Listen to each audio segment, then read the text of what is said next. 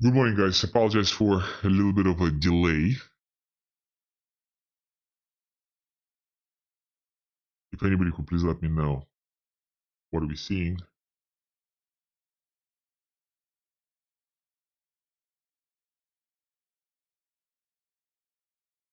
Okay.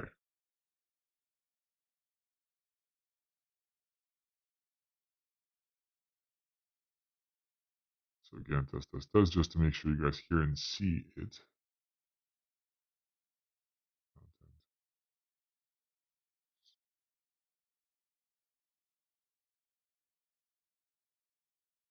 Okay.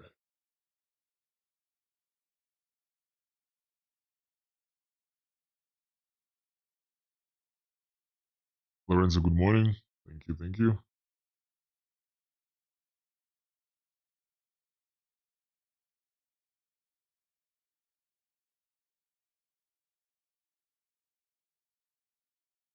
Test. I'm just not sure if the sound is here.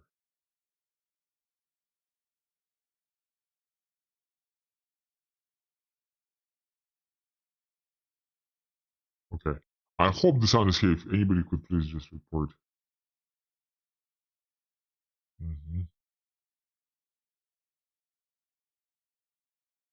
Yes, the sound is here. Perfect. Okay, cool. All right, so let's do this.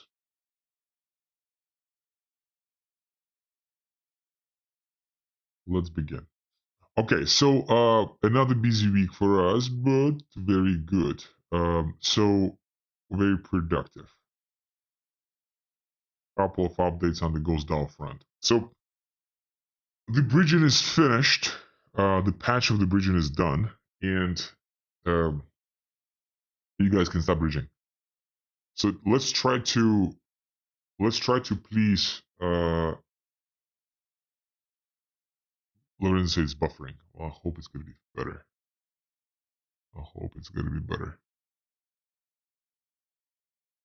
Okay.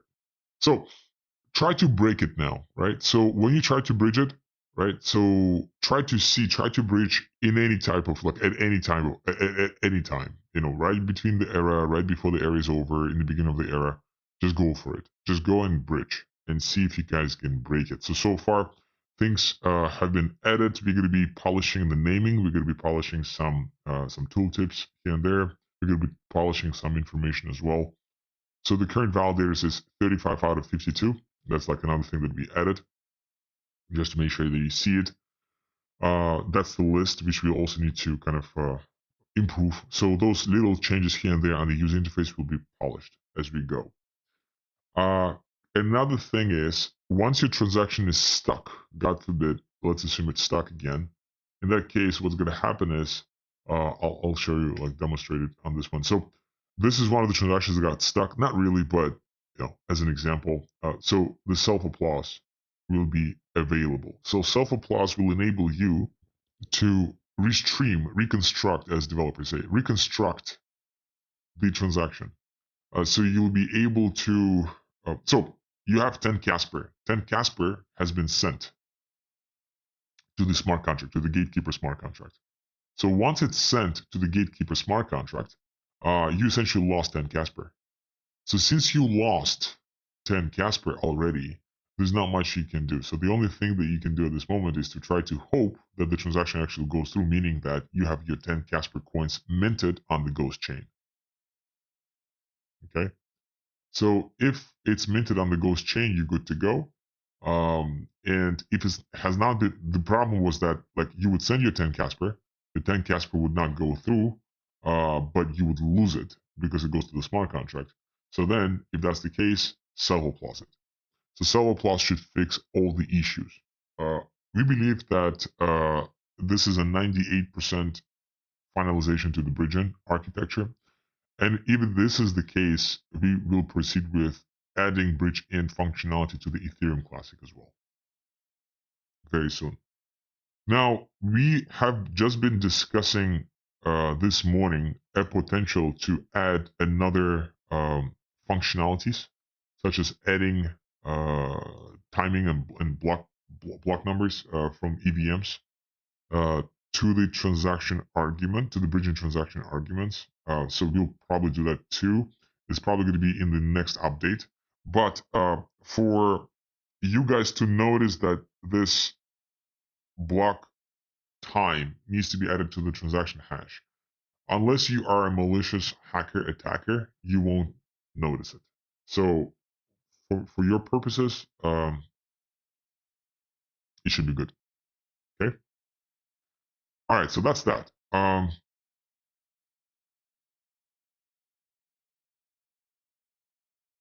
the ghost telemetry, we have some new nodes here and there. So keep running your nodes, even if your RPC endpoints are, going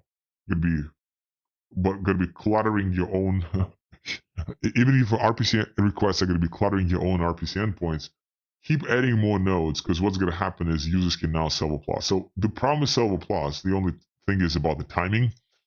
On the timing side, self-applause, you'll have to wait for like another era. So you have to wait for another 24 hours, but at least your transaction will go through and you know exactly what is happening. So it's still pretty transparent regarding what's happening. And the self-applause will be needed when it's an edge case type of scenario. Either 1/3 of validators kind of not active anymore for whatever reason, either they're malicious or just unintentional, but still an attack to the network, or the transaction happened from right in those 69 blocks between error T and error T plus 1, or some other edge cases. In any case, that should all be working. So try to break things. Okay, so try to break things on the bridge. Okay. Let me jump into. So I hope that it's not that buffering that much. I really hope, because maybe it's actually on my end, not even on the internet end. Maybe just OBS itself. Let me switch to the PowerPoint just for a second. Okay. So here, what are we looking at? So on the product updates, right? So epoch T -1, that's the situation. So it seems like that has been fixed. The settle plot seems like it has been fixed. And the bridge end seems like it has been fixed too. So again, just try to do this. Now, what is the upcoming updates for hopefully end of this year, end of 2025? So we'd like to add bridge into ETC, Ethereum Classic on Mortar. So that should be sufficiently easy. I mean, not, so you'll be able to bridge now, not just from Sepolia, but also from Classic. And Classic offers a lot cheaper rates. Now, thanks to whales, specifically Star Protocol and Avalon, the ETC, the ETC faucet war chest is about 50,000 METC right now. It's like insane. So the faucet has been increased from 1 METC to 5 METC per request. That's going to be okay, good enough for 10,000 requests. So 5 METC, that's about $100. Purchasing power is 5 times, what it used to be. So you can easily request a number of METCs now and actually push the prices, even if you're not mining it. So, again, compliments to Stark and Avalon. Thank you so much, gentlemen. So keep doing that. Like, if you could please contribute to the faucet, that's very, very helpful. So we can increase it from 5 to 10, maybe. So we'll have 2 chains from which we can bridge in very, very soon. The next thing that we're working on is multi-chain user interface. So we already have some mockups. We prepared the mockups maybe 2 months ago, right? So we'll be most likely creating a new page. We need a new name for that.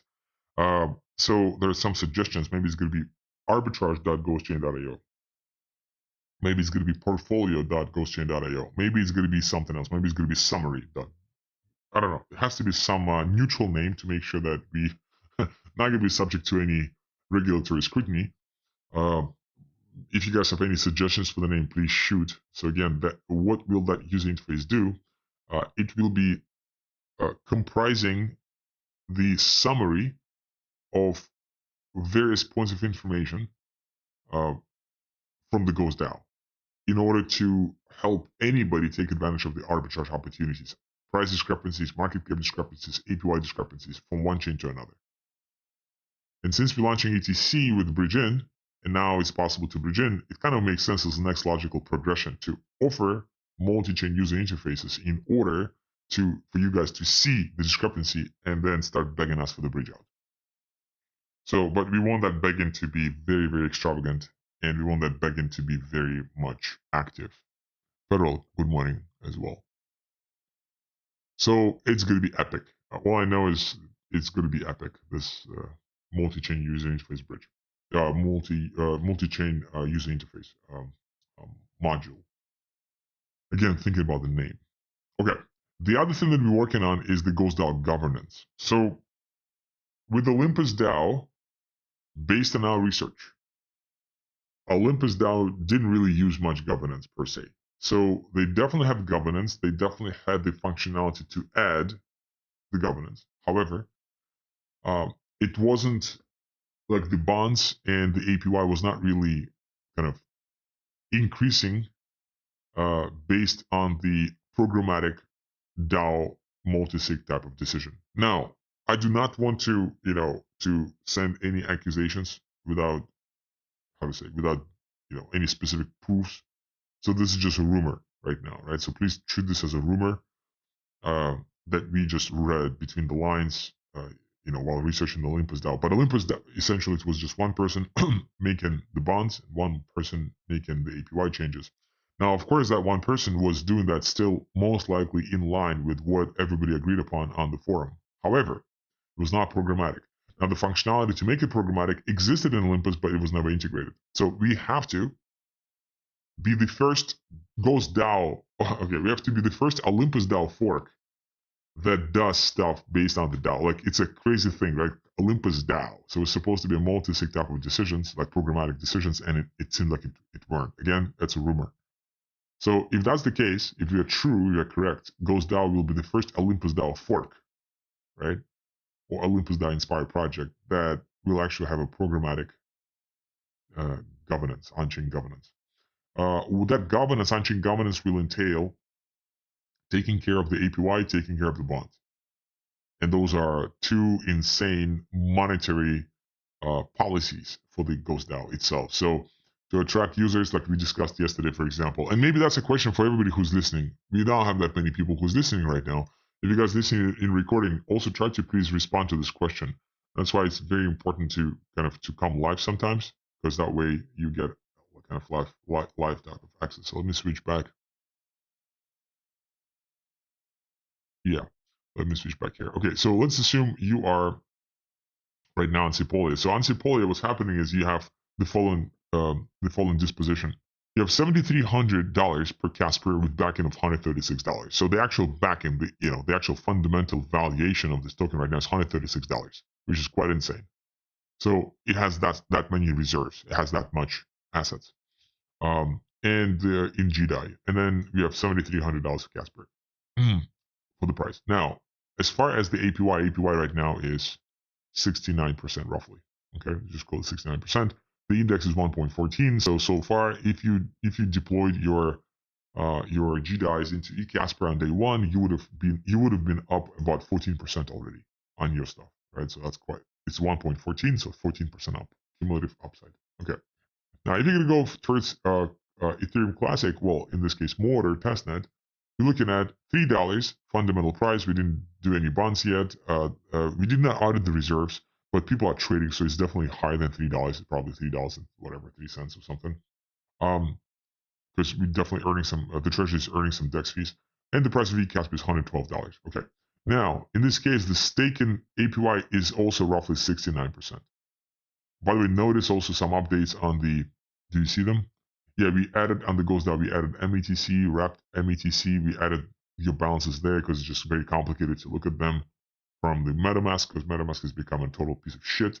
Then we're adding UniV2 here. So we are making some cosmetic changes. We have some descriptions here and there. So we're making some tiny changes to the DAO as well to make it more like easier to use.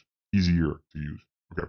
So then the question to you is this: so you are a governor on Mortar ghostDAO. How can you become a governor on ghostDAO on Mortar? Well, easy. You just go and buy some Casper. So you go buy eCasper, swap that for Casper, right? So now, as a Casper holder, you are now part of the governance on Mortar. So you can make decisions. Okay, that's cool. In order for you to make decisions, what type of decisions are you going to make in order to incentivize something? So what do you want to incentivize? So we discussed this yesterday with Whale, a couple of whales. So let's assume you want to incentivize,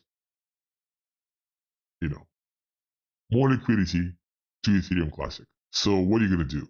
So you guys like start thinking about this, right? Like start putting your thoughts down in the comments. Again, there are two things you can do as far as your monetary policy as a governor.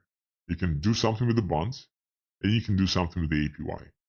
So we'd be curious to hear your views and your ideas about kind of what needs to happen on the monetary policy side in order to attract more, more users on the mortar, onto the mortar. So in about, well, maybe let's just wait. Let's see if, let me kind of, how many people watch? Not that many people, so we're not probably going to get that many comments.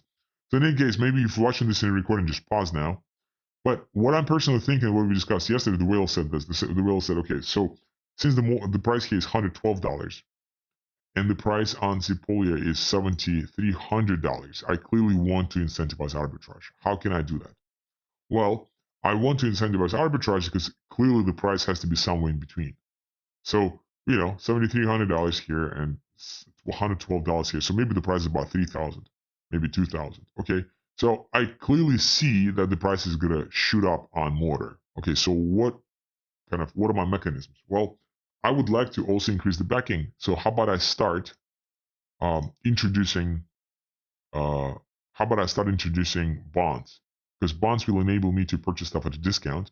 So I'll be increasing the backing, but simultaneously will be bringing tremendous amount of liquidity initially towards the price. Because yeah, it's a 5%, 10% discount to this price, but the price is already discounted. So the bonds will likely be even more kind of beneficial as monetary policy. Another thing that we discussed is stake in APY. Yeah, 69% stake in APY. How about we increase it to 10,000% for like a month?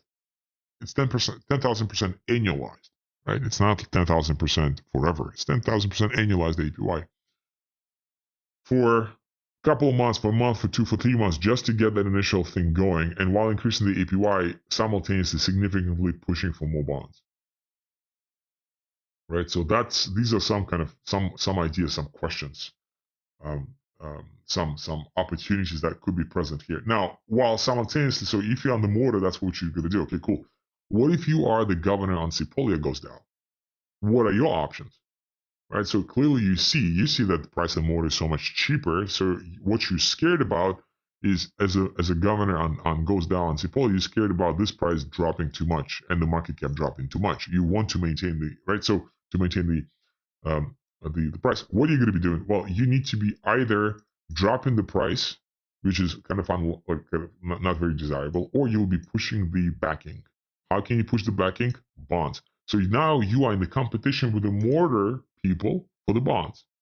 Whoever will bring the best bonds. But if it's the same thing, so if I can purchase this bond, for $100, for example, and I can purchase Sepolia bond for $7,000, which one I'm gonna buy? Of course, I'm gonna be buying mortar. So what do you have to do on the Sepolia front? Well, on the Sepolia front, it might make sense for you to also raise APY, which is counterintuitive. Because technically, you're in such a better position, maybe you should actually be dropping APY, right? Because your backing is so much higher. But since you are in the competition with Mortar, the decision may be that, oh, screw that, let me increase the APY because I want more users. I want more users to flood to the ghostDAO to buy my bonds. Now, what type of bonds are you going to be selling? Is it going to be eCasper bonds? Sorry, is it going to be Ethereum bonds, or is it going to be LP bonds with Ethereum and eCasper? And that's what every single DAO will be deciding on. And that's why it's a monetary, like it's a decentralized central bank, literally. Like it's a market-driven forces where governors on each DAO decide what to do. And I would like to kind of take a quick segue from the fact that, like, most of you guys believe that running a node is the final destination, and running a node is so freaking complicated. Once you are able to, um, once you're able to kind of take advantage of the validation initial stake, right? That will be initial allocation that will be allocated to every single validator. You're kind of good to go. But in reality, running the node is just the stepping stone. Like it's the first step, the first logical step. Becoming a full node, becoming a validator node. But then the most important part is becoming a governor. So not just becoming a validator, but also becoming the governor on ghostDAO, and also becoming a governor on the Ghost chain. Now, you're going to be one of the governors, sure, but you got to be a governor as well. So you need to understand how this all works. Now the question is like, okay, it's too freaking complex, too, way over my head. I get it, it's way over your head. Question is this: do you want to become the CEO of Goldman Sachs? If the answer is no, maybe this is not for you, right? Like, just become a full node. Now, do you want to be on the board of directors of Goldman Sachs, right?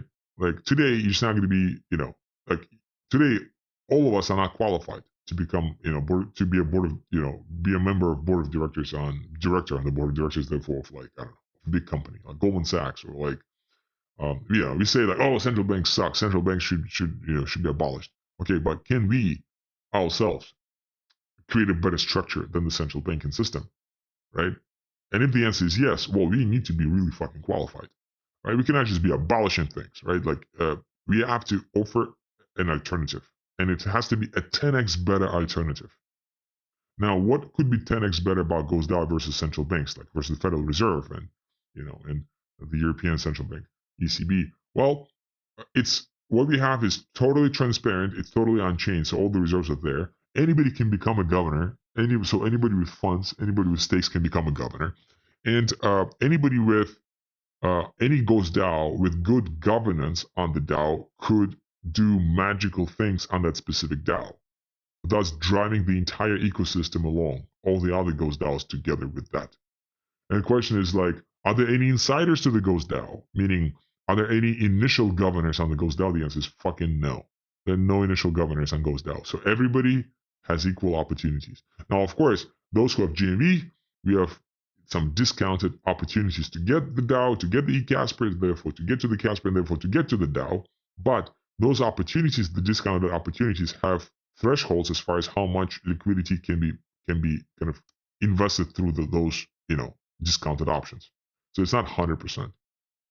Like, it's pretty difficult. It's and if as those thresholds are increasing, the contributions required are very close to market rates. So it's pretty much almost equivalent to just buying and selling the market, without with of course with some benefits for sure, without impacting the price that much, and therefore being able to get larger quantities. But still, right? Like, it's very close to market rates. So therefore, it's kind of equal opportunity. So the 10x improvement to the central banks is we have, people with ideas, people with capital, who could be building their own decentralized structures that are not subject to any regulations, pretty much, because it's a decentralized structure. So it's fully compliant by default, therefore. And it's also fully transparent to all the other players because they know exactly what's happening.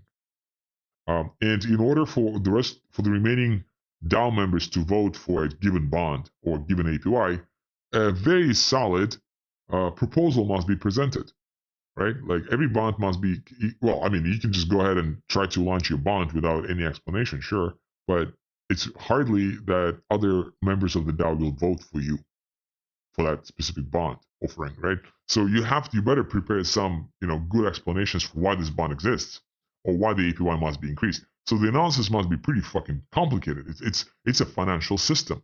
It's not just, oh, let's buy this, let's buy eCasper and sell it at the high. Let's buy it and stake it. That's good for the user, but if you want to be part of the governor, you shall have some knowledge. Now, you can be part of the governor structure, part of the DAO, and not have any insight. That's possible too. But, kind of the idea is to improve yourself.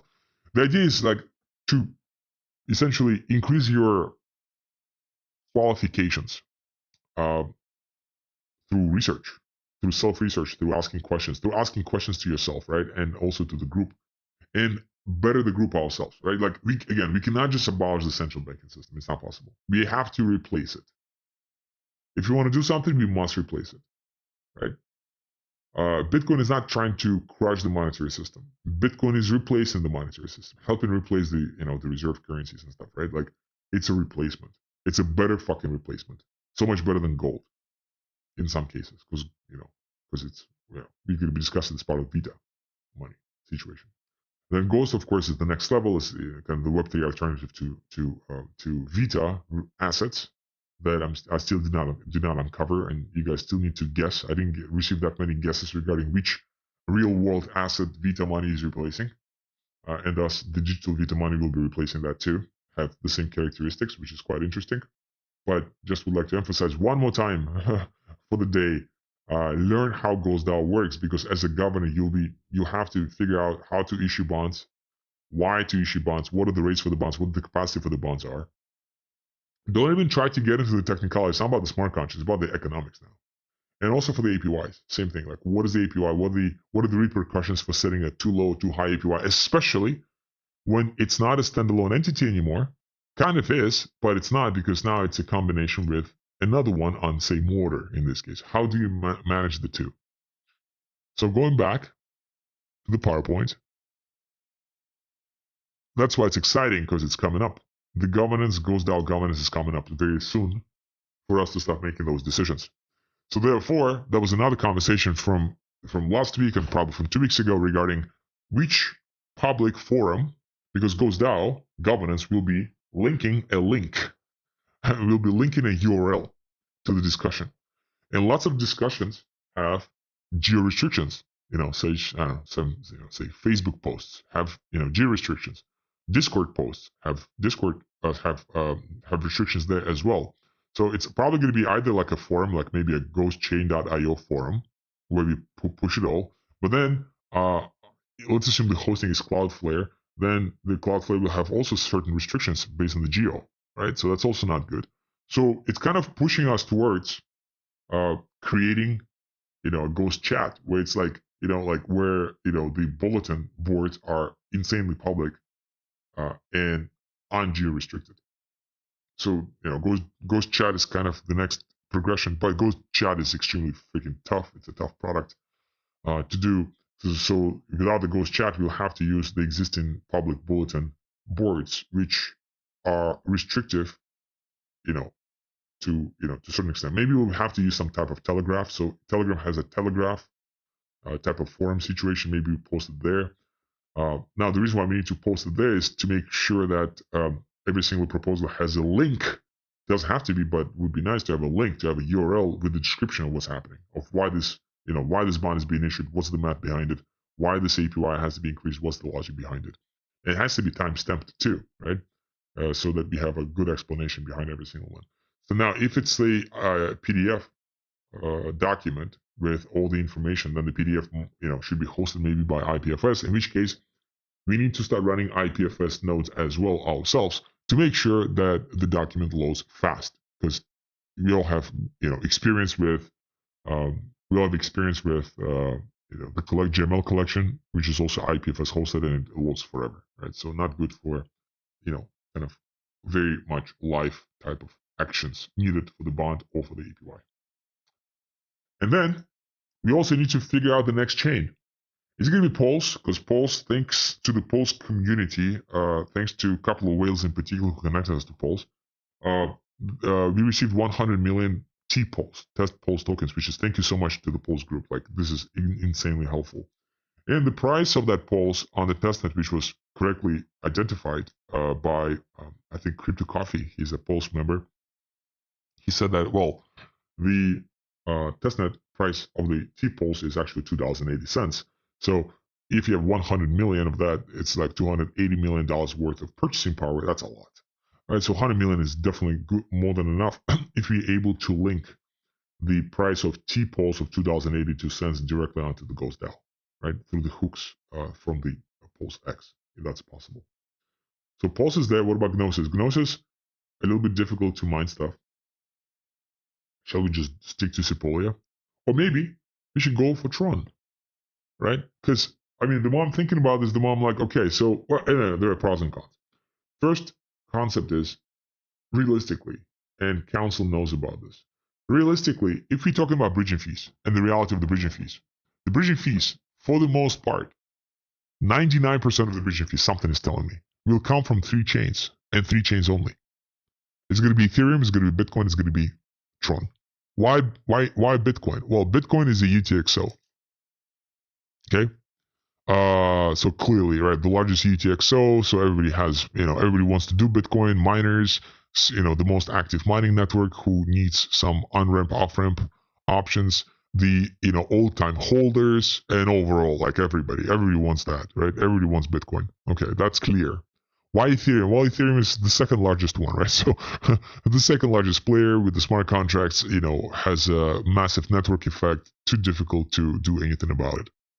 Why Tron? Well, in case of Tron, we are talking about Tether. Now, well, Tether is a Web 2.5 play. Yes, absolutely, freaking 100%. Yes, we despise it. The largest trade, though, is Bitcoin to Tether. Why? Because Tether doesn't have a good stablecoin. Sorry, Tron does have a good stablecoin. And Tether is the stablecoin of choice for many users. That's a digital dollar. And the market effect here, the market adoption here, is for those users to have a trade from Tether to Bitcoin and from Bitcoin to Tether. So BTC to Tron, that connection will be significant as far as bridging fees. So here you have it. You have Bitcoin, you have Ethereum, and you have Tron. Those are the three top chains. So shall we just deploy on that one? So that's the first version, just deploy on those three chains. Second version is those two chains are too big for anybody to notice. So we deploy on Bitcoin, Ethereum, Tron, nobody fucking knows about Ghost.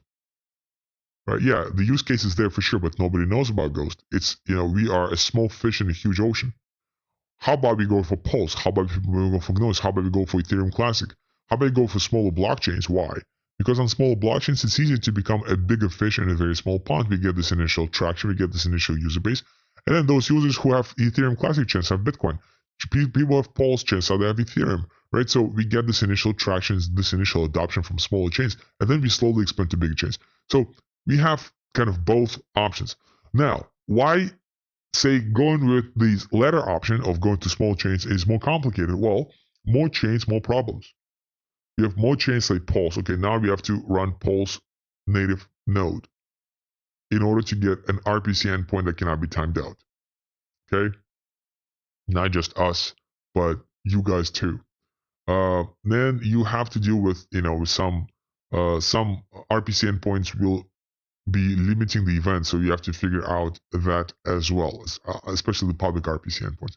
If the public RPC endpoints get cluttered, then we run into the same issue that Stark ran into, right? Which is like lots of nodes just disappearing, just being blind to those bridging transactions. So it's a lot to manage, it's a lot to maintain.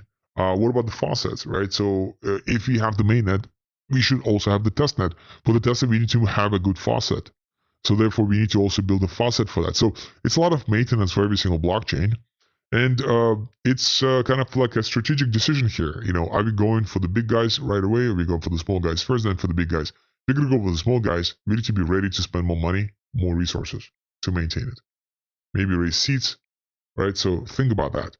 But both options are good. Maybe I'm kind of more tending towards the second option, although, knowing how much maintenance that is, I really like the option number one too, if adoption is guaranteed. But that's, of course, is a question. Okay. What I would like to finish today's call with is, that's why I was late, I was trying to collect some information. I'd like to go back to what happened with Balancer. And on the back of the Balancer, some other interesting updates came out. So first of all, right, so Balancer offers bounty to the hacker after 100 million exploit. But how do they offer this? So, we still don't know what happened. We still do not know exactly what happened, right? It's still is it a hack? Is it what? So when you go to the official statement from Balancer, that's the worst fucking statement. Balancer DAO. Notice to wallet owner. You understand that this wallet is linked to the exploit of Balancer V2. If you're willing to cooperate, reply and begin contact procedures before November 8th. Fucking give them ultimatum. If we do not hear from you by that time, we'll assume you're unwilling to help make the liquidity providers whole, and we'll escalate our response. How are you going to escalate your response? Let's go. We'd like to extend you an offer. Okay, whatever. But how are they going to escalate? If you do not accept this offer or do not respond in time, we will use all technical, on-chain, and legal measures to identify and pursue the attacker. First of all, how about you use some technical measures and actually explain to us exactly what the fuck happened? Because it's been like 2 weeks now, and you still didn't explain exactly what fucking happened. Is it a hack? Or is it just an exploit of your code base? And if it's an exploit of your code base, how is that illegal? Aren't you guys libertarians, right? If you fucked up, you fucked up. Too bad. If it's okay, what if the same thing happens on Ghost? Well, that's why we're testing it. That's why we're testing it extensively. That's why we're taking all this shit from the users for not launching earlier. Yes, we can launch in a month. Or maybe we should launch in 6 months and try to get as many bugs as possible. How about that? Okay? Like, kind of, and even after the launch, if you have the bugs after the launch, okay, too bad. It's too bad. It means the community sucked. Or everybody, not just the team, everybody, the community included, we fucked up. Ghost Chain right now is live for a year. Okay? How about we test any, like Stark Protocol in particular breaks things. Scorpion breaks things. That's great. Ghost Viking breaks things. That's great. Like, that's what we should be doing. Breaking things is good. Yes, it's uncomfortable. I get it. It's uncomfortable for you guys to break things because, you want to be nice to us. And thank you so much, right? It's uncomfortable for us. Oh, shit, another bug. Oh, shit, another bug. Like today, we just discussed another bug in the morning. It was a very heated debate. When we discussed it, it seems like there is some resolution to that. And yeah, like, truth sometimes arises from those discussions, from those conversations. What can we do? That's just the nature of things. But it's all about the greater good. Are we going towards the greater good of providing no KYC entry points and the bridging? And if that's the case, so be it. That's amazing. But these fuckers, like, on-chain measures, technical measures, on-chain measures, and legal measures. Of course, legal measures. So you guys are Web3. You don't want to, you don't want to pay your tax shares to the government who will be protecting you. You don't want to comply with the fucking local regulators. You don't want to be properly domiciled in where you're actually doing the business. Because I guarantee these fuckers are having some offshore entities, like in BVI or whatever, El Salvador, or some type of like complicated, or Swiss lab, or Singapore lab, and then they do businesses elsewhere. Like the team is like in the US, being hired by the foundation in Swiss, and then they're gonna go to whom? They're gonna go to the US regulators to enforce it? What kind of shit is that? Is that fair? Right? Like, absolutely not, right? So, but, that's, now we know who balances are. Bunch of pussies. All the respect, if any, that I had personally for Balancer kind of dropped from that. Okay, but what happened after, which we covered last week, but I would like to kind of cover in more detail. From Balancer to Barachain. So I didn't realize Barachain up until today is still not operable. From what I know, still not operable. So the chain paused, Barachain halted up until today. Because they're waiting for Balancer to fix the fucking issue. So the Barachain is not active. The chain is not active anymore. It's crazy to me because like Barachain is considered to be this, like kind of the GigaChat chain, like, for retailers. Like, oh my goodness. So in any case, there's some potential explanations, like blah, blah, for the hack, for the Balancer.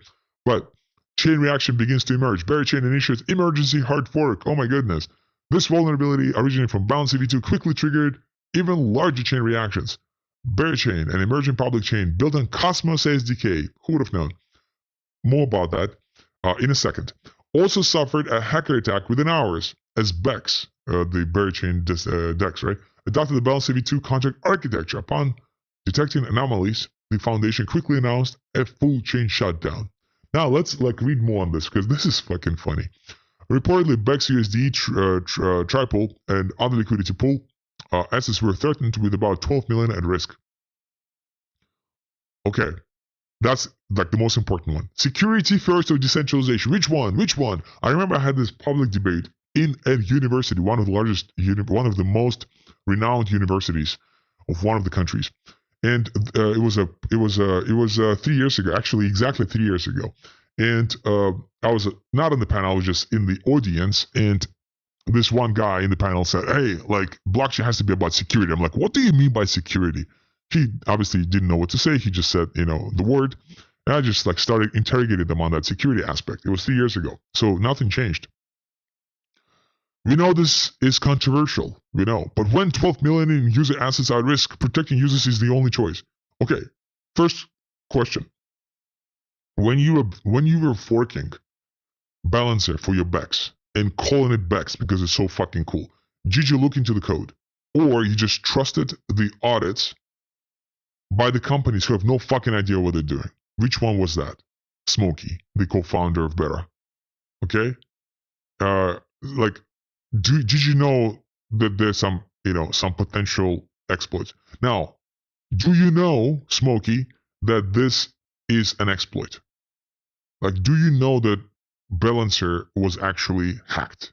Is that a hack? And if so, since Berachain is like a big fucking chain, has lots of development talent, can't you ask your developers, right, to prepare a report outlining exactly what the hack is? Because if this is not a hack, if it's just an exploit, why the fuck are you freezing the chain? Right? If it's just a logical set of functions foreseen by the architecture of Balancer and therefore of Bex, why are you not okay with it anymore? So you were okay with that 2 weeks ago, now you're not okay with this anymore. So which one is that? Make up a decision. Or again, if it's a hack, can we please find out what the hack is? Because nobody knows what the hack is still. Everybody has their own views on the hack. And of course, you guys can Google this up and, see some options but it's not the official kind of, it's not an official declaration of the hack. Now, all the auditors who audited the code, can you guys also, just to protect your fucking reputation, can you just go back and say, we fucked up, here's a hack? Can you say something? Because so far, it seems to be not a hack at all. And chances are it's not a hack. So it's either an inside job, right? Which is like just, somebody compromised access to the admin, which is fine, right? So, okay, in that case, that's a hack. But then how come that's a hack for the Bex? They use the same social engineering to get access to the admin accounts on a different blockchains? Come on. That's the first version. Second version, it's not a hack, it's just an exploit. It's a legal exploit within the smart contract architecture, which everybody overlooked. Okay, so maybe you should stop fucking around with the names and creating these cool names, Bear and Honey, and you should look into fucking code. And also ask your developers to do the same thing. Co-founder Smokey. He admitted in the statement that Berachain has not yet reached Ethereum level decentralization. Oh shit. And the coordination mechanism among validators is more like a crisis command center. Oh my goodness. So why did you launch on the mainnet if you didn't reach this fucking thing? So decentralization is a process, I guess, for them too. Decentralization is always a process. Again, we get a lot of shit for being delayed with the launch. I get it. But at least we're fucking trying to really make it decentralized. Like, really going decentralized style. These guys let's just launch faster because we have the KPI to our VC investors, and then we'll figure this out how to decentralize it further. Okay, sure. The community quickly become divided. Supporters believe this move reflects the team's sense of responsibility for user safety and is realistic decentralization. Opponents accuse it of violating the principle of code as law, calling it an open betrayal of on-chain irreversibility. On-chain detective Zach XBT commented, when user funds are in imminent danger, this is difficult but correct decision. How the fuck do you know they're in danger? Do you know that they are in danger? Please, when your funds are in danger, who decided that they are in danger? Says who? Who is you to say that? But some radical developers bluntly stated, if a blockchain can be paused by humans at any time, how is it any different from traditional financial systems? Amen. Exactly. Just call yourself Web 2. But again, Goldman Sachs probably has better systems than you guys have. Unless all you're trying to do is just, increase the settlement time from 3 days to, 10 seconds. If that's your only advantage, fine. Just say that to us. Don't go towards decentralization route. Just say we are faster. We just have a faster settlement. And we'll buy that, by the way. It's going to be okay. That's what Hyperledger did. And R3 as well, by the way. To their defense, they never said that they are a blockchain. To the point. They were trying it first, maybe, but then they changed the course to say we're DLT, distributed ledger technologies. Both of them admitted that. Good. That was an official statement from both firms. They totally failed because nobody needs it in the world, but at least they were honest. Okay? These guys, clearly not really. Now, let's continue here. So, not only Berachain is here. So, Freeze, Rollback, Firestorm on the back of the balancer hack. The berry chain halted. Sonic, which is Phantom, froze the attacker. Froze the fucking attacker. My goodness. Tether 2.0. Polygon censored transfers. Oh my goodness. Yeah. I rest my case, as they say. My goodness. Now what? Let's go to the report really quickly. So we found the report of Bybit. Like, let's do just 5 minutes on that. So Bybit examined the impact of fund freezing ability in blockchain. So one of the whales posted the conclusion, the finalization of this report that so after the analysis of 166 different blockchains, I believe 16, right, were found out to have freezing functionalities. So where's that conclusion? Yeah, the research confirmed that 16 blockchains currently freezing blockchains currently have freezing capabilities, while an additional 19 blockchains could potentially support freezing in the future. That's even more important. So what are those 16 blockchains? So we have so 16 here. So it's Chiliz. Well, okay, fine. Chiliz is, who cares? BNB and VeChain. That's important. Specifically BNB and VeChain.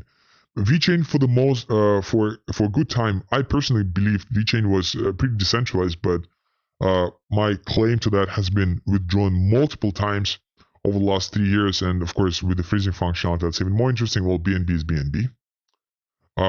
Through config files, Aptos, which is the Facebook, okay, not surprising. EOS, not surprising. Waves, not surprising. Linea is Sui, not surprising, but Linea is very surprising.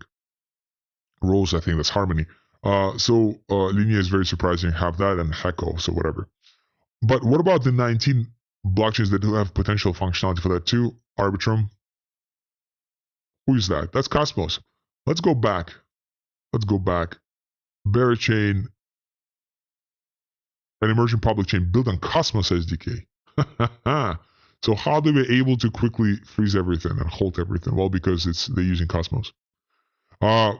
People asked many times, how is Cosmos IBC bridge better than how it goes better than IBC? Well, that's one of the explanations.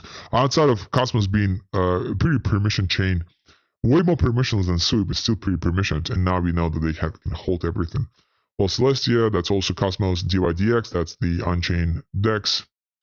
Well, Luna is Luna. Well, Mantra had some issues anyways. Rune, and I believe Thor chain was also one of those. So we have one of the whales, a big supporter of Thor, pretty decentralized, but I think Thor, cannot find it here. Maybe I do not know the ticker, but okay, so far it's a rumor. Let me dig deeper and find it. But I saw Thor as one of those chains as well. All right. On this positive note, let us pause. See you guys next week. How many viewers we have? Not that many. Maybe it was because my stream was bad. Who knows? But in any case, thank you so much for watching. See you guys next week. Have a good one.